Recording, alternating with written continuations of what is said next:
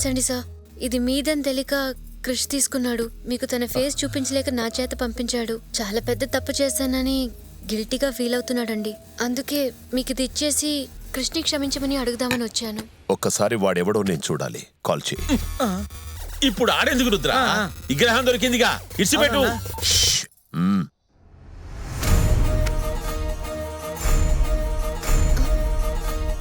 Cut చేశాడు sir.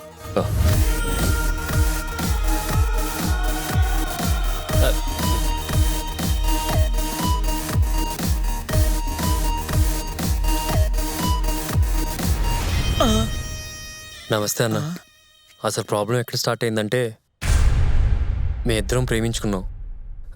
నేను ఇప్పుడేం ప్రేమించట్లేదు. ఏదో తప్పు చేస్తానని ఫీల్ అవుతున్నా కదా, అందుకే ఇక్కడికి వచ్చాను హెల్ప్ చేయడానికి. అమర ప్రేమ. అవునువా జానకి ప్లీజ్ నా నాన్నతో మాట్లాడిస్తావా? మాట్లాడు. నచ్చిన అమ్మాయి దొరికింది కదా, హ్యాపీగా పెళ్లి చేసుకుని సెటిల్ అయిపోదామని ఈ పని చేశా అన్న. ఇది నీకు రావాల్సిన సరికని నాకు అసలు ముందే తెలుసుంటే దీన్ని టచ్ కూడా చేసావని కాదన్నా. ఉంటాను. పద జానకి.